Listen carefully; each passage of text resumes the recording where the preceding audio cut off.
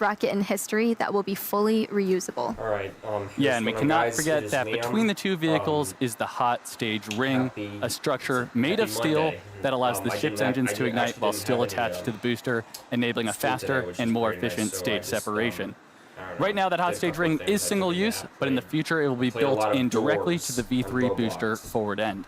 And finally, the infrastructure built to support Starship is referred to as Stage 0. This includes the launch pads, tank farm, and the launch towers, which hold the chopsticks that catch... 11th flight test. Today, we recently conducted another static test fire, basically where we fire up the engines to mimic a launch without actually launching. We're seeing the booster on the screen right now. It's a crucial milestone to let us know we're ready to go. And then here we're seeing ship. We did this for the second time on a retrofitted mount on Pad 1. We had a full 9-second duration burn on all 6 engines. We should also note that today's launch on Pad 1 is intended to be the last launch on this pad in this configuration. As we head into the next generation Starship flight test program, we'll be modifying Pad 1 to meet the demands of our future missions. Yeah, and among many other things, we're installing a new orbital launch mount, a new flame trench system, and upgrading the chopsticks for future catches. So until that's complete, we'll be running operations from Pad 2, which will be coming online very soon. All right, let's go over to Hawthorne, where Tyler is ready to talk a little Starlink. Thank you, Jake and Amanda. My name is Tyler Lionquist, and I'm a Starlink business analyst here at SpaceX. Starlink is SpaceX's low Earth orbit, high-speed internet that's bringing connectivity both on Earth and in space. So Starship is outfitted again today with 4 Starlink terminals, powering those incredible live shots of ship in orbit, through re-entry, and then all the way down to splashdown in the Indian Ocean. Now, we've had a couple of recent milestones that are worth celebrating. Back in September, we launched Starlink for its 300th time, and this summer, we surpassed 7 million active customers with service available across 150 countries and territories. We've come a really long way since turning on service for our first paying customer in rural Idaho 5 years ago, back in October of 2020.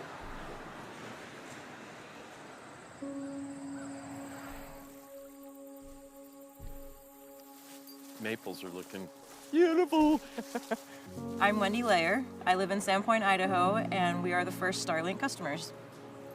With Starlink, we didn't have to compromise on where we live due to the lack of technology. The minute they turned it on, we could stream a movie, we could video chat, we could play games on the internet without a lot of lag. I changed jobs earlier this year, so now I actually have the ability to work remote. Here's my house. The program runs on the cloud. I can send anything I want out to get prices and designs. I like to bake, so I've been able to research recipes and try new things. Good day, go for a walk. Good day for a walk.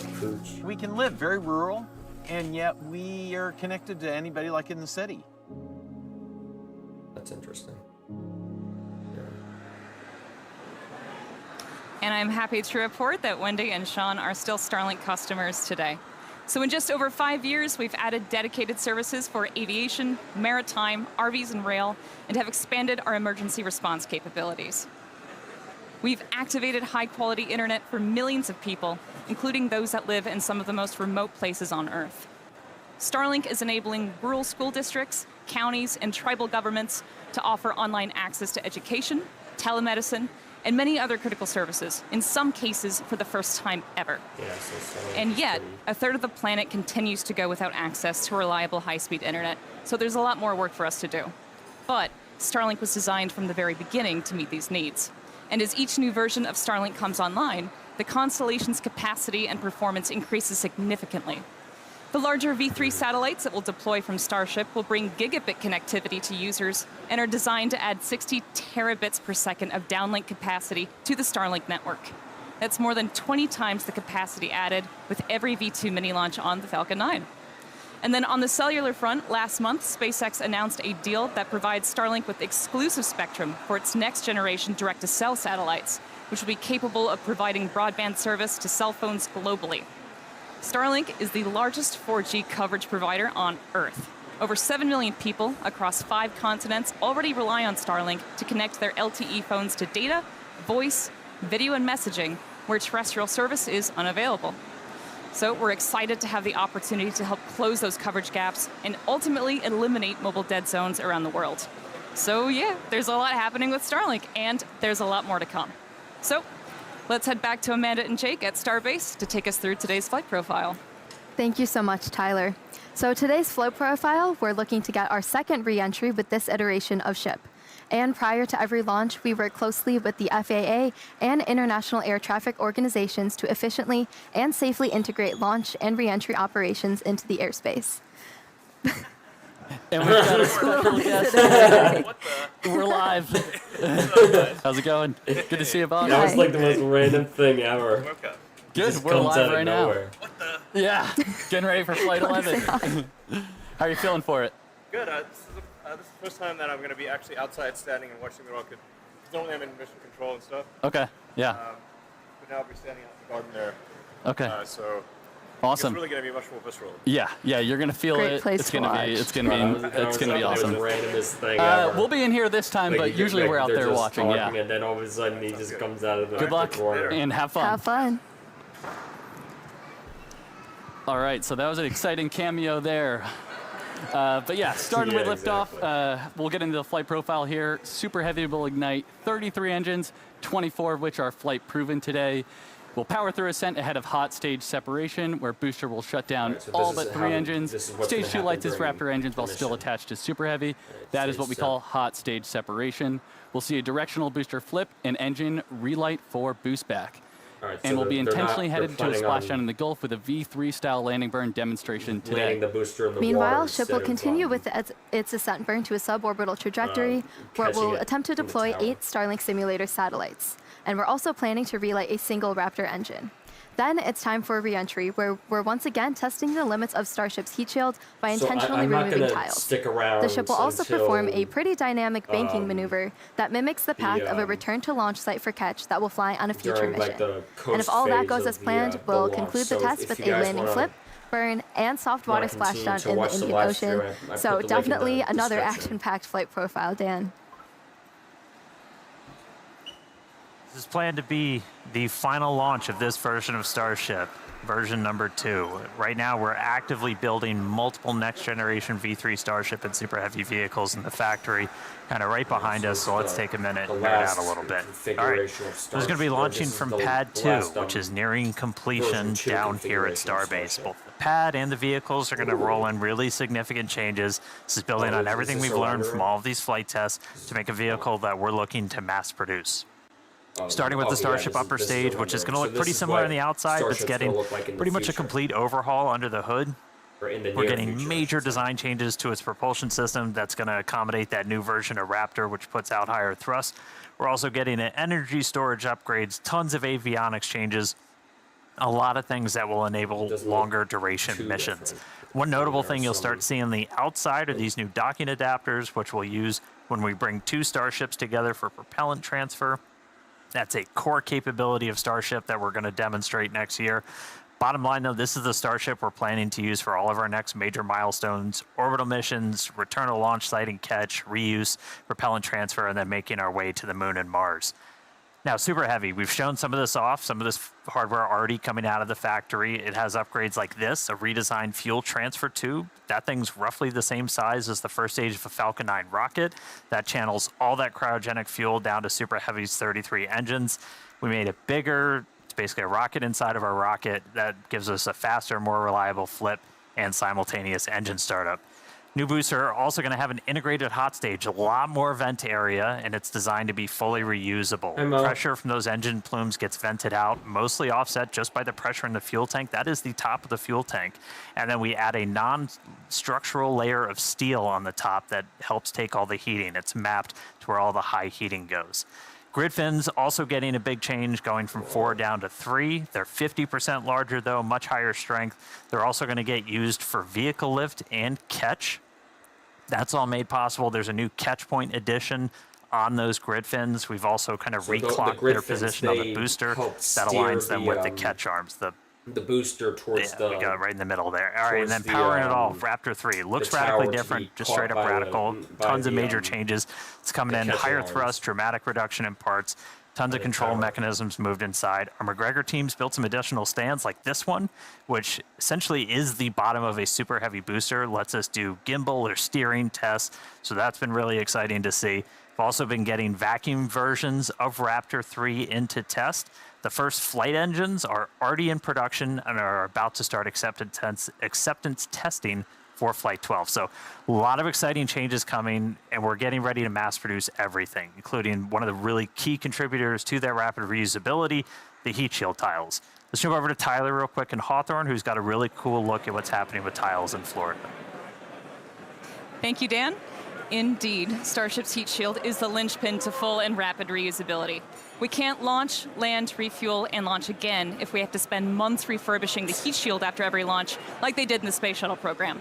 So, in a future where Starship is flying several times a day, many, many thousands of heat shield tiles will be required. So yeah, we need to get cooking on those tiles, which is exactly what's happening inside the fully automated bakery down at the Cape. In just 3 years, tile production at the bakery has surpassed the total number of tiles produced during the 30 years of the shuttle program. To go from the raw material to a finished tile, it takes about 40 hours. And today, the bakery is producing about 1,000 tiles a day. But it's set up to produce enough tiles for 10 ships per month, which is about 7,000 tiles a day, or a tile off the line every 13 seconds. So yeah, the bakery is well on its way to providing Starship with all the tiles for missions to Mars and beyond. And for today's flight, we've made a modification to the heat shield tiles. Dan, do you mind filling us in on what's being referred to as the Crunchwrap tile? Absolutely. I always love to get to do a little show and tell. So we've got thousands of these heat shield tiles covering Starship. Now they're kind of all next to each other. There's a small gap in between all of them. You got to leave a little bit of space as that metal underneath will expand and contract. That way they don't crunch into each other and start breaking. However, that lets some of that plasma kind of seep through, and we see really high heating on the sides and then down on the metal. To help fix that, we have this, the crunch wrap that everyone has heard about. So we take essentially that's called Vulcan felt that we then wrap around. And so as these tiles are next to each other, you've got a small bit in between that's going to help offset that heating. It's just one of the ways we're continuing to iterate on this heat shield, getting towards rapid reusability. Hopefully it's going to help Starship live Moss. You know, everything is just going to get us to that end state of a fully and rapidly reusable vehicle. So pretty much the entire vehicle has those on it today. We've done this on multiple Starships previously, but this time pretty much the whole vehicle has it. So that was special for today. All right, enough heat shield tiles. Let's go quick check-in on the pad. So if you did notice, we did shift our T0 just a little bit. We're now counting down to 6:23 and 41 seconds Central Time. We shifted a little bit as we were working to finish clearing the range. We are monitoring sea and airspace, both here over the Gulf and in our splashdown location over on the Indian Ocean. We were working with the FAA, a lot of other international agencies to coordinate all of this. Good news, range is currently green. We're able to get everything out of the way that we are tracking in the Gulf. So weather status, I don't even really need to do, not a cloud in the sky, beautiful day, no probability of violation for launch at this point. We're not currently tracking any issues on the vehicle or the pad. You can see our fill levels are getting up there. We're almost completely done with our propellant loading. We've gone through all of our checkouts so far this morning, aligning our guidance, navigation, and control system, getting the vehicles ready for prop load, the farm. Everything has gone pretty smoothly so far. We got through our go, no go for prop load. That happens at T-minus 1 hour and 15 minutes. We've been loading fuel and locks on board the ship since about 53 minutes before launch. Booster started just about 10 minutes after that. We continue loading prop until just around 3 minutes before liftoff, and then at that point we'll be ready to go. So bottom line at the moment, we're looking real good. Again, 6:23 and 41 seconds Central Time is our target T0, so we're going to keep counting down. Sounds like great news so far. Thank you, Dan. And we do say it repeatedly because it's important to understand, but these flight tests are all about the data. Data helps us build and fly faster until we're eventually ready to fly people and cargo at scale to Mars. That is our foundational mission and basically just the major inspiration for our work here every day. Yeah, that's exactly right, Amanda. And our first missions to the Red Planet are just down the road, and we recently shared some exciting news.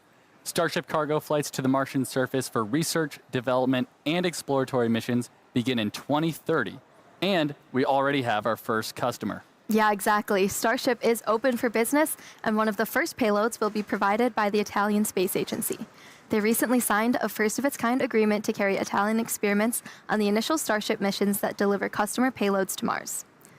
In related news, Starship cargo flights to the surface of the moon for research, development, and exploratory missions will start in 2028. So a ton of Starship activity to look forward to, and if you'd like to learn more about our mission to making humanity multiplanetary, go ahead and visit spacex.com/Mars. Okay, now as we get closer to launch, development continues down here at Starbase, Texas, to shape this growing city into a truly unique place to live and work. And part of being a city, particularly one surrounded by nature, is environmental stewardship.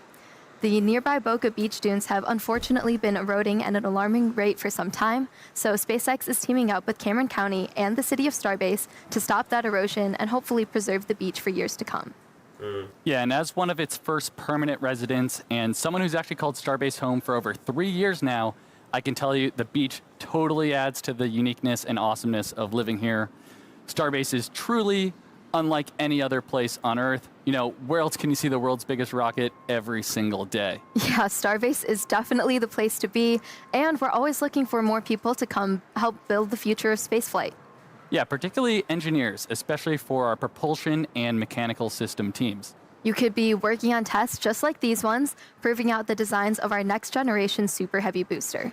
Fun fact, we actually tested the booster to 13,400 tons of thrust, which is more than the power of 3.5 Saturn V rockets, which is just crazy.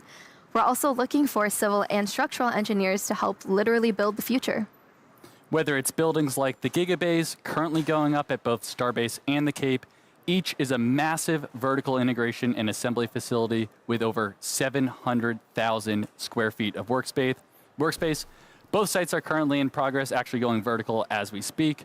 Or you could be designing the Starship launch sites of the future. There's really no shortage of future to build here. So visit spacex.com/careers to see all of our openings if you're interested. Okay, now as we head into terminal count, all eyes are on the rocket. Dan, how are we looking? Are we green? Amanda, we are so green. Everything's still looking really good. So we've got a green range, not tracking any blockers there to launch. We're continuing to load prop on board the vehicle. We're just about to close out, so we'll close out, again, just about 3 minutes and 20 seconds before liftoff. We'll close out on ship, and then booster just about 30 seconds later. And then you end up with about 11 million pounds of liquid propellant on board those two stages. After we're fully loaded on the vehicle, the pad itself gets ready for launch. We do what's called pushbacks. We clear all that prop out of the lines in the tower and the feed system back into the tanks to get ready for launch. And then in the next couple of minutes, we're going to do our final GNC guidance, navigation, and control system alignment. We're going to arm the automatic flight safety system, and then we're going to do final kind of wiggle checks on the steering for the engines, which we might be able to catch a quick peek at as we get closer to those. If we need to hold, which we are not currently tracking a reason to, that would happen at T-minus 40 seconds. Built into our countdown, we can pause and wait there for any final checkouts, anything that we need to hold for. As we pass that T-minus 40 seconds, a number of events will occur in rapid succession. The ground spin and ignition systems come up to flight pressure, and ship switches to internal power. After that, the quick disconnect arm lockout is removed in preparation for retraction shortly after T0. Now, once we pass T-minus 40 seconds, if any problems come up, we do still have the ability to recycle the count under certain conditions back to T-minus 40 seconds and hold there to assess what happened and then see if we can proceed again to liftoff. Yep, however, once the water for the deflector system begins flowing at T-minus 10 seconds, any issue after that would be an automatic scrub for the day, as teams would need to refill the deflector's water tanks as well as the propellant storage tanks at the tank farm before making another attempt. Yeah, check this out, guys. I have a chip clip showing you. All right, we are coming up on 3 minutes away from launch. You can see the frost line all the way up. We've just closed out prop load onto the ship. Booster coming up shortly. Okay, yeah, that kind of hurts. No. Yeah, in about 10 seconds we'll finish loading prop on the booster, and then again we'll have about 11 million pounds of that liquid oxygen, liquid methane on board the vehicles. Not currently tracking a reason to hold at T-minus 40. It can pop up at the last moment or after we pass that gate. We can always hang out there for a couple of minutes if we need to. We do have some extra time. We're not constantly topping off the propellant in these vehicles, so we have about a 7-8 minute window where we can wait for any final issues to clear. We're not currently tracking a reason to hold there. Again, our range continues to be green as we look at sea and airspace both out over the Gulf and in our re-entry zone out in the Indian Ocean. All right, 2 minutes, 15 seconds to go. A lot of things on tap for Flight 11. Planned to be the last launch of this version of Starship and Super Heavy. Once again, we're really focused on getting ship over to re-entry. Once we get to that phase, we're going to dive in. There's a lot of exciting stuff that's going to be happening on our way back through and down to the ground, hopefully out in the Indian Ocean. Minute 45. Should hopefully be seeing. There's a quick wiggle check. Oh yeah, so they're checking to make Checking sure out the thrust vector control, the steering on the booster. We use those inner 13 engines. Okay. Doing their one final dance before the big show. And we'll do that one more time after we cross that T-40 gate. All right, we're approaching. All right, range continues to be green. Still not tracking any issues on vehicle or pad. 1 minute to go.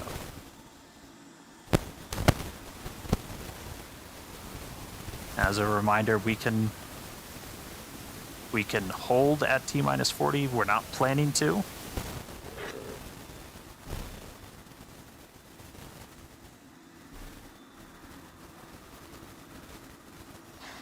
All right. Like We're through T-40. Let's listen in. Flight Director Ty Huntington back in the seat. Take us through the final Flight seconds Directors, go until for launch. All right, we're going for launch, guys. Ooh, buddy. Ooh, buddy. 20 seconds. Here we go, guys.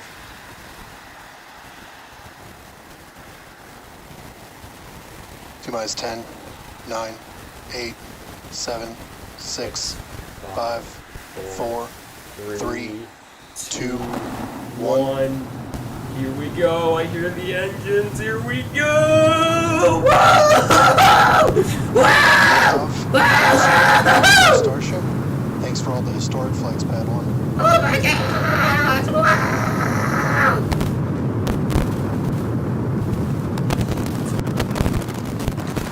Vehicles catching downrange. Booster Raptor chamber pressure nominal.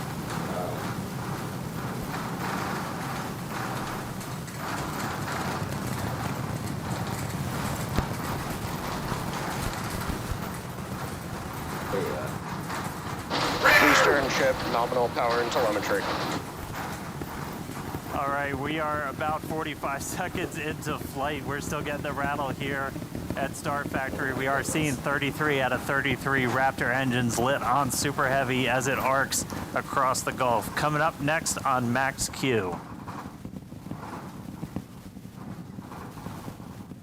There's a chunk of ice falling off.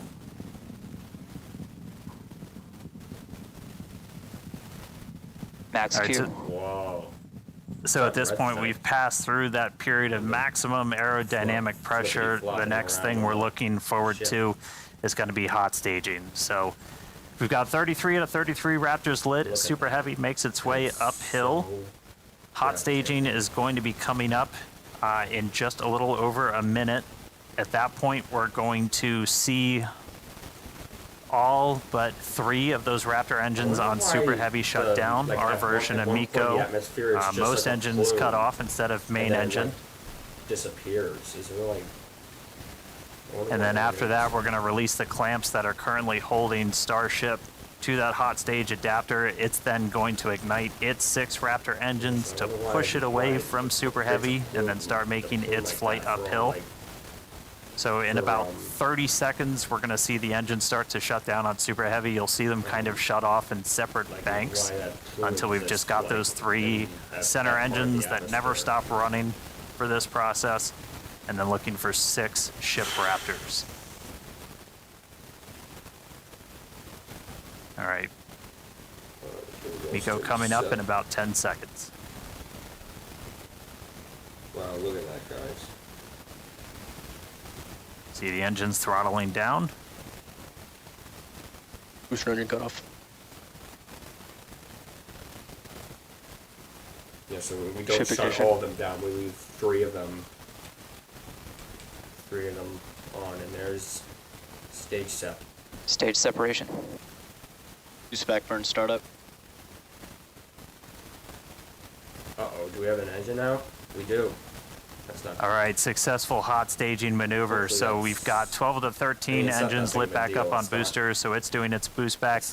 Real excitingly though, we've got 6 out of 6 Raptors lit on ship there, so it's now going to continue to make its ascent into outer space. Meanwhile, this boost back is happening. We're using those 13 engines, so everything, well, 12 out of the 13, and then we go down to 3, and then we're going to shut down for the end of boost back. That's sending Super Heavy back towards its planned splashdown zone in the Gulf. Right after we finish this boost back burn, we're also going to separate the hot stage. This will be the final time that we're doing this. All right, there's the end of the boost back burn. We should be seeing the hot stage. Oh, there goes the hot stage, man. So they have like a ring in So the hot stage separates, it's going to make its way down, also splash down in the Gulf. Protects the booster from the in the meantime, though, these 6 ship Raptors are going to continue firing for about 5 more minutes. Just a little FYI. Next up for the booster, though, is going to be its landing burn. There's a cool tracking shot. We dumped some of the prop out on our way back in. All right, so for booster, this is one of the main things we're trying to get is going to be this landing burn. Oh, so you can see the hot stage kind of making its way towards the left side. So that's the bottom of the booster. It's about to pass right in front of where you can see some of that prop dump happening. They look like they're close together, but there's a good amount of distance between them, and the hot stage will go down and splash down in the Gulf while the booster comes back for its landing burn. Starship is on nominal trajectory. All right. Looking good on our trajectory, looking good on everything. Jake and Amanda, you guys with me down there? Yeah, definitely. The crowd is gathering over here in the office. You can definitely feel the energy in here. Great to see that booster is making its way down to the splashdown zone in the Gulf. Yeah, the shaking down here was absolutely nuts. The windows are still there, still intact, so that was pretty awesome. But yeah, booster's coming down. We're at about 30 kilometers. I wonder if the engine that was out. All right, yeah, and as we approach that landing, just like tower catches, we will be doing a 13-engine landing burn to slow down. This time it will be in a V3 configuration. Ooh, look at that. Heating for re-entry. And as we're starting to get into the denser part of the atmosphere, the booster is using 4 hypersonic grid fins to guide itself through atmospheric entry towards its landing site.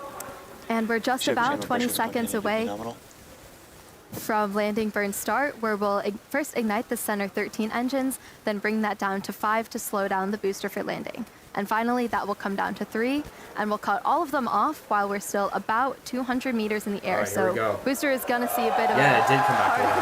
Booster landing, we'll start it. Alright, so now we're not going to go on the tower. We're just going to let it. It's just hovering above the ocean right now.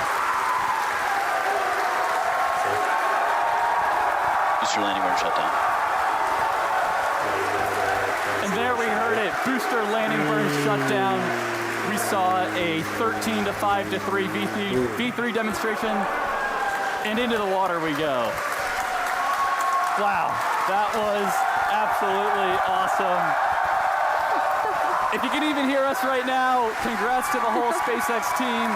So far, so good for today. That was incredible. All right, great stuff, guys. I'm jealous of the crowd. All right, back to ship. Ship's still making its way. We've got a little under 2 minutes left in this ascent burn, so we've got all 6 Raptor engines still firing. So the next major milestone we're going to be looking for is SECO. That's our second stage engine cutoff. That's should be coming right at about 8 minutes and 58 seconds into flight, so we've got about 1:20 still to go. Really cool to see Booster go through that landing burn. That was one of our really key demonstrations we wanted to try and do today. Is that's mimicking what we're going to be hopefully doing. Oh, we just got our sonic boom, sounds like, from the booster coming back.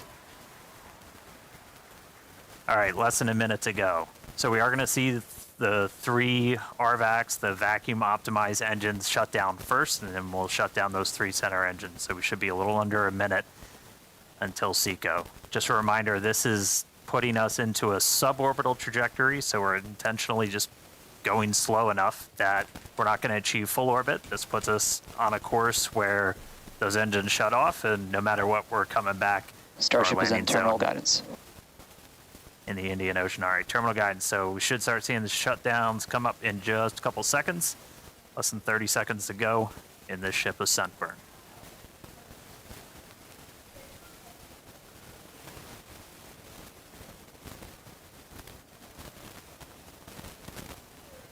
All right, RVACs have shut off. 3 more to go.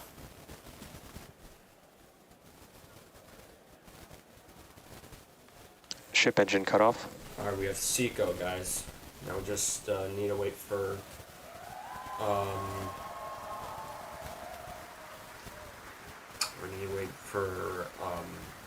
the satellite deployment. All right. No, these all are ship Raptors have shut nominal down. orbit insertion. Dummy satellites. They're not. You just heard nominal orbital insertion, right. so we They're are just, on the path that we wanted to be. So we've got a ship back in space, a whole lot planned for it, lots more still to come. Basically. Great seeing Super Heavy make its way to the water, but I'm excited to see what ship can do in space. How's everybody doing down there?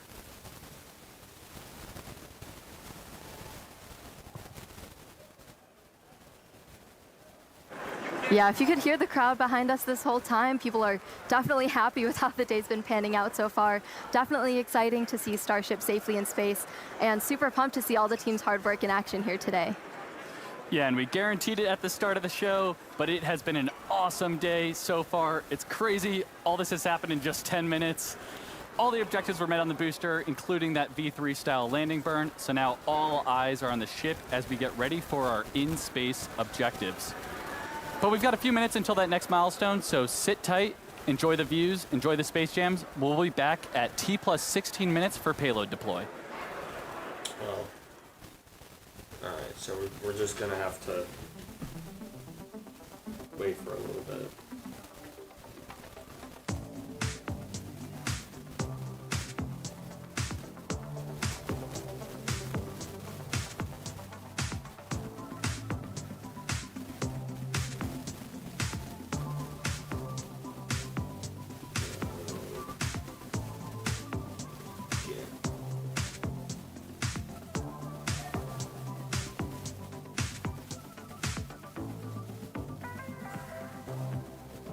You know what?